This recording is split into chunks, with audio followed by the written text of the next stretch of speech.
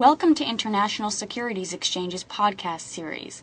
Facilitated by renowned educators, ISE podcasts are intended to teach beginning as well as seasoned investors the ins and outs of trading. To find an updated list of podcasts, please visit www.ise.com/podcasts. Please be sure to listen to our important message following this episode regarding the risks of investing in exchange-traded options. So in my first couple of examples, I was bullish long-term, but short-term, wherever I think it's going to be, that's the strike price I choose. In this example, I believe the dollar is going to lose value versus the yen long-term, but in the near term, I actually think it's probably going to go up a little bit. So even though it's at 93, I'm going to choose 95 as my strike price because I believe we're going to gain a little ground in the near term. And this might go back to what I was saying at the very beginning. The dollar right now might be being sharply diluted by the fact that our Fed's printing a ton of money, but eventually we're going to, but it's the safest currency out there right now because there are bigger problems around the world. But in the long term, we're going to probably hit a point of inflation once we get out of this recession. I don't know when that's going to happen. I'm hoping it'll happen this year. I think most of us are, but it may not happen until next year.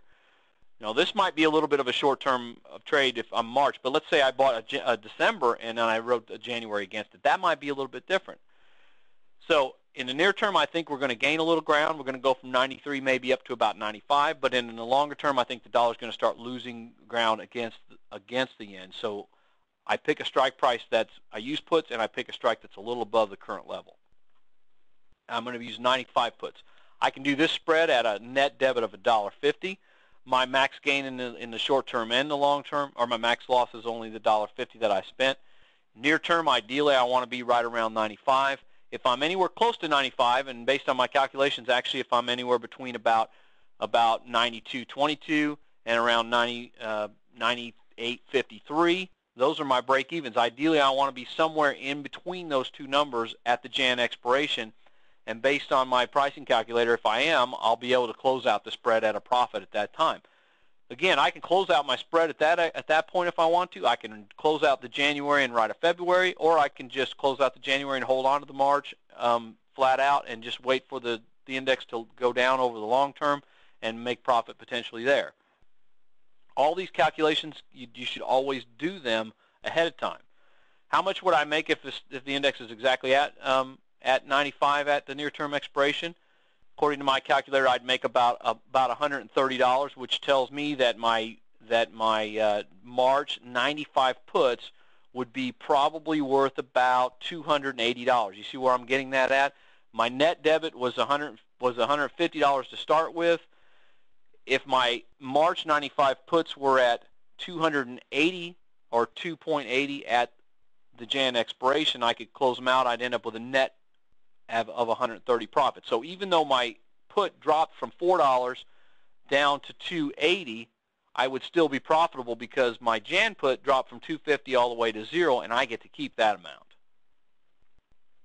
And then longer term, I'm just sitting on a put that if I want to hold on to it, if I think this index is going to continue to lose ground, then I might be better off down the road. Now, what's interesting about this trade is that on January 9th when I put this trade on, this index was around, we'll see, where was it? It was around 93 or so, as you can see.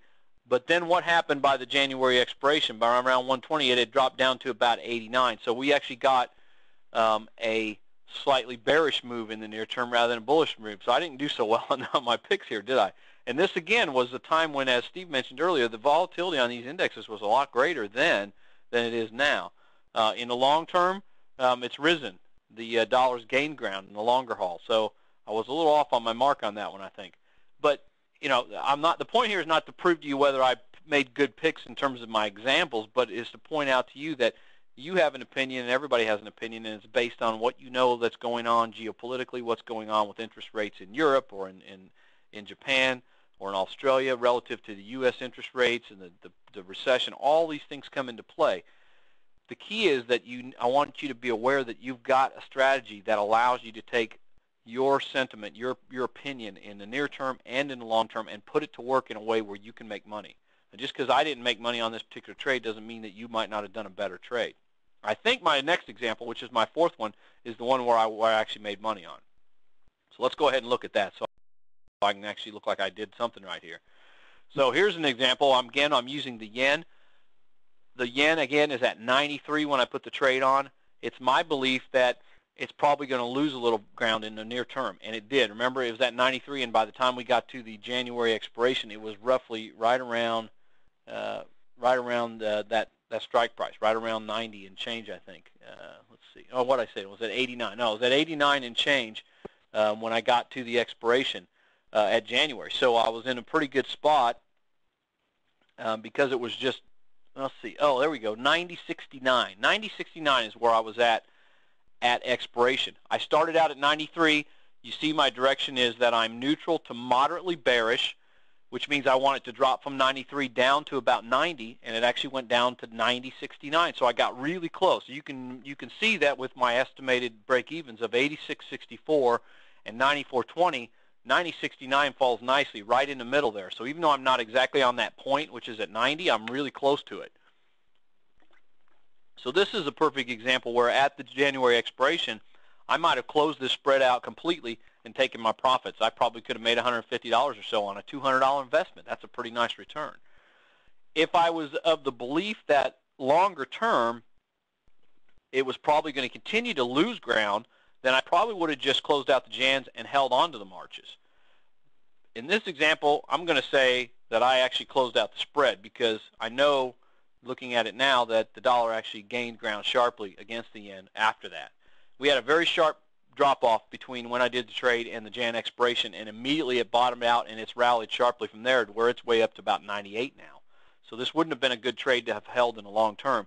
But truth is, I'll say this in all honesty, I've done a lot of calendars, and the truth is most of the time when I put my calendars on, my goal is to make money at the first expiration, not to hold it to the long one. I'm not saying you can't do that, and it may not work out well for you.